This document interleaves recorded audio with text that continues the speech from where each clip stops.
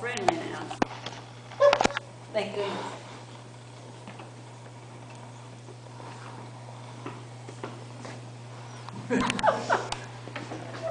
Imagine that you have a child who is lively, who loves you, who responds to you. They're like every other one-year-old child. And then all of a sudden they change. They no longer respond to you anymore. They're no longer affectionate. How would you feel? Wouldn't you want to know what happened? Who's responsible? What if it wasn't explainable? Who would you look to? Who would you blame? I will be using research gathered by various government agencies and various hospitals and online articles to explain what autism is and how the vaccines that we use to treat children's illnesses are not related to the cause of autism. Autism is a debilitating disease that has affected many children. There are many unknowns when it comes to autism, yet we do know that vaccines are not responsible for autism. Today we will learn about what autism is, what the diseases are that the vaccines are necessary for, why parents feel the two are related, and how the facts prove that they are not. According to the National Institute of Child Health and Human Development, autism is a complex biological disorder of development. This often lasts through a person's life and it impacts them in their communication and in their social aspects. So they may have trouble making eye contact, or they may have trouble communicating at all with you. There are varying levels of this disorder. It goes from very mild to extreme, where they're kind of trapped in their own body. So this has actually been diagnosed as a spectrum disorder. Now that we understand a little bit about what autism is, we're going to talk about the vaccines that are used to fight the different illnesses. According to the website for the Centers for Disease Control and Prevention, the vaccine that parents believe to be related to the onset of autism is called the MMR. This vaccine treats measles, mumps, and the rubella virus. Measles is the most deadly of all childhood illnesses. This disease spreads very easily, so that's why it's important that we get our children vaccinated.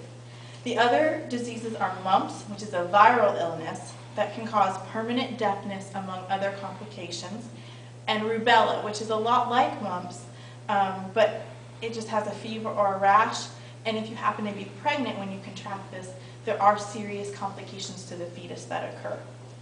After reviewing the need for the vaccines, we'll now discuss why parents believe the two are related. According to the Office Journal of Pediatrics, there was a study done in 1998 by A.J. Wakefield, and this study in parents' minds proves that autism is caused by the MMR vaccine. And then parents with children of autism notice the onset of symptoms right around the time that the vaccine is given. According to an online article on CNN.com, parents noticed the onset of symptoms with their daughter as soon as days after the vaccine was given. The MMR vaccine also at one point contained a mercury-based preservative called thimersil, and this is often believed to be connected to the onset of symptoms. Next, we'll discuss the facts that refute these concerns and the facts that will prove that the vaccine is not related. The study that was done by A.J. Wakefield, in fact, has no scientific basis. The whole study consists of him asking parents what they noticed about their children. So it's just what the parents noticed about their children after taking the vaccine. And since the study was done in 1998, there have been numerous studies done afterwards. And these have been done by the Centers for Disease Control, the Environment Protection Agency, the National Institute for Health, and some of the leading hospitals in the country.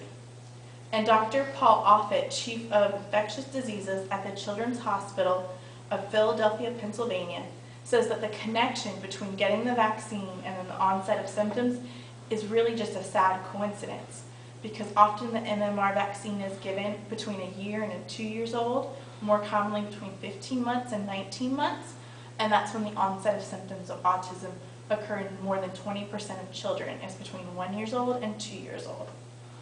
And according to the CDC, since 2001, with the exception of some flu vaccines, the mercury-based preservative thimersil is no longer used. So that's no longer a concern. And in conclusion, the MMR vaccine and the onset of symptoms for autism are not related. While it's understandable why parents see the correlation, it has been proven that it is not related. So we have discussed what autism is, how the MMR vaccine is necessary for all children, and why we understand the concerns for parents, but that the facts lead us to conclude that the two are not related.